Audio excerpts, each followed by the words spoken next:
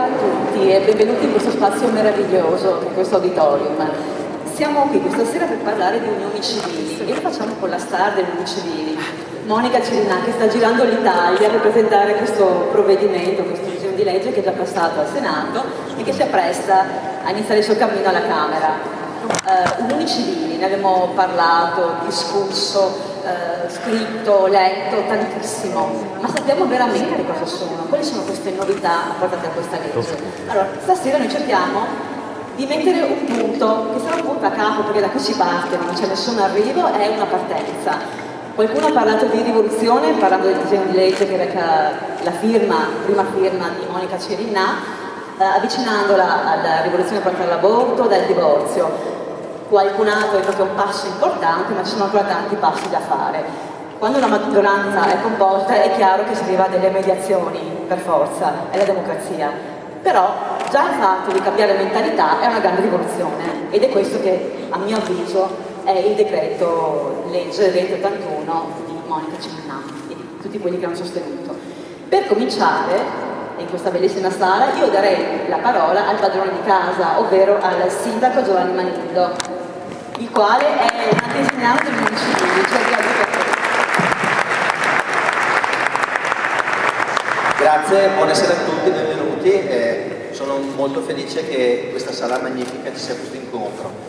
Ringrazio Monica Cirinnà, ringrazio i relatori, i magistrati, Laura Puppato, che hanno fatto sì che questa serata fosse possibile, una serata di approfondimento e di conoscenza. Penso che la conoscenza vera sia l'unico modo possibile per fare dei dibattiti seri basati su dati oggettivi e non su pregiudizi. Sono molto felice che ci sia stato questo primo passo, perché molto spesso come sindaci ci siamo trovati a fare quella cosiddetta democrazia di prossimità, quei provvedimenti un po' fantasiosi per cercare di trovare un po' di equità su alcune situazioni. E sul tema dei diritti penso che finalmente adesso sono legittime, quindi previste per legge, delle situazioni che in qualche modo trovavano tutela grazie alla fantasia, e penso che questo sia un grande passo. Di questo ringrazio Monica Cirinnà, tutte le persone che hanno portato avanti questo importante passo veramente per la comunità e per tutti noi. Sono anch'io molto ansioso e curioso di sentire la serata di stasera come serata di approfondimento, e quindi do la parola ad Andrea, alla moderatrice. Grazie al sindaco Manillo. Se siamo qui questa sera è grazie al PD provinciale, PD di Treviso, e abbiamo con noi il segretario del circolo del PD che è Andrea Michelani, a cui cedo la parola. Da tanto tempo abbiamo visto e vedevamo sui giornali la mappa delle normative dei diritti in Europa e nel mondo, e ci siamo per troppo tempo vergognati del ritardo nei confronti degli altri paesi. Monica Cirinnà, grazie per essere qua e veramente grazie per aver cambiato questa situazione.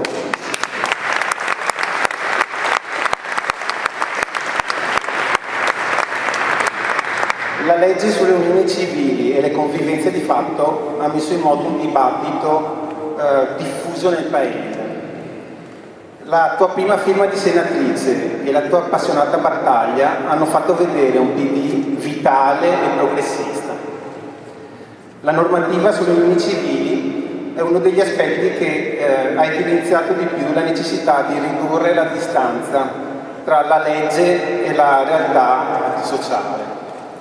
Sono stati portati tutti gli argomenti possibili per contrastare e legiferare in questa materia.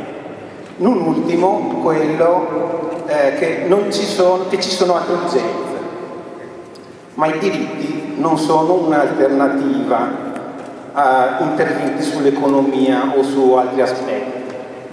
I diritti sono a fondamento della convivenza e quindi sono un presupposto, non un qualcosa che viene quando c'è tempo. Il sogno di riformare questo Paese si sta concretizzando in molti aspetti cruciali e le persone se ne stanno rendendo conto. Se le riforme sono state così a lungo tempo procrastinate, probabilmente c'è un motivo. Il motivo è che cambiare non è facile, bisogna cambiare abitudini e avere il coraggio di cambiare le cose. E il cambiamento fa paura, però è anche su questo che si vede la maturità di una democrazia, dalla sua capacità di riformarsi e adeguarsi ai cambiamenti. I sistemi vanno in crisi quando non sono in grado di rinnovarsi, questo lo vediamo in tutti i campi, lo vediamo nel nostro paese. C'è stata molta partecipazione emotiva, molte speranze e molte attese, che sono anche state in parte deluse, perché la democrazia deve guardare alle forze in campo e capire cosa si può fare. Scrivere finalmente una legge sulle unioni civili e le convivenze è stato un atto fondamentale che ha cambiato finalmente la posizione di arretratezza del nostro paese e anche i colori della mappa che eravamo abituati a vedere dell'Italia rispetto ai paesi democratici. Grazie a tutti e buon lavoro. Grazie ancora. Grazie ancora ad Andrea Michelan e direi di dare la parola a Silvia Manido, che è la Presidente della sezione di Treviso e membro direttivo nazionale dell'Osservatorio Nazionale del Diritto di Famiglia, tra gli organizzatori di questa serata. Ecco qua Silvia Manido.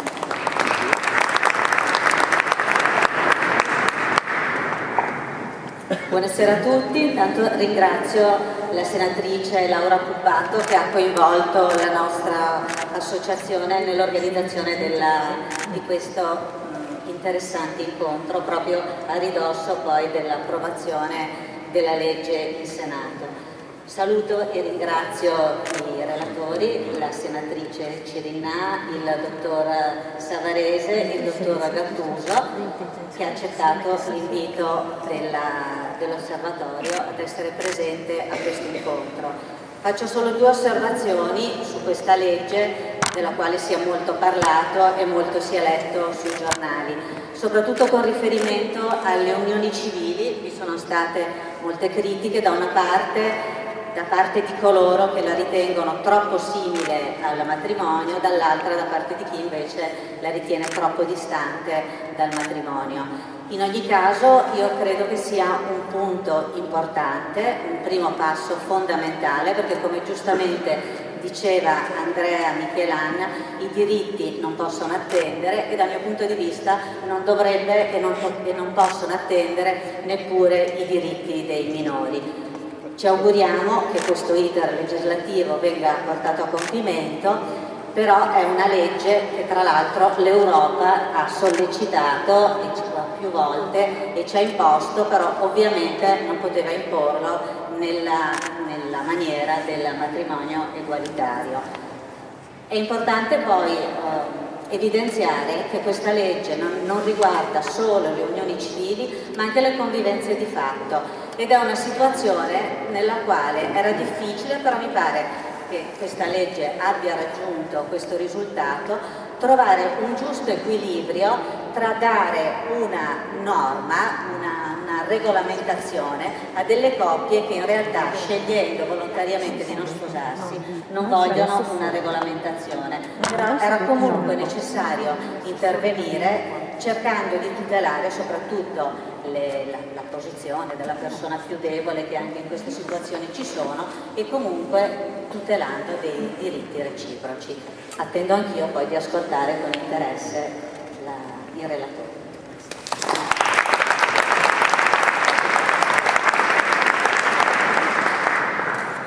Allora, quale padrona di casa mi ha il compito di presentarvi, anche se magari non c'è bisogno, le nostre quattro voci che ci accompagneranno in questa serata di approfondimento sulle unioni civili. Allora, Monica Cirinnà, nata a Roma e laureata in legge, lavora per 10 anni come assistente del professor Franco Cordero. Nel 91 fonda ARCA, Associazione Romana con Animali. Nel 93 è eletta nel Consiglio Comunale di Roma con la lista dei Verdi che appoggia Francesco Rutelli. È riconfermata nel 97 e dal 2001 con Walter Veltroni è vicepresidente del Consiglio Comunale. Nel 2013 è eletta al Senato con il PD, dove diventa prima firmataria del DDL 2081, approvato recentemente. È sposata con Esterino Montino, con cui possiede una fattoria biologica in Maremma Toscana. E questa è Monica. Edoardo Savarese,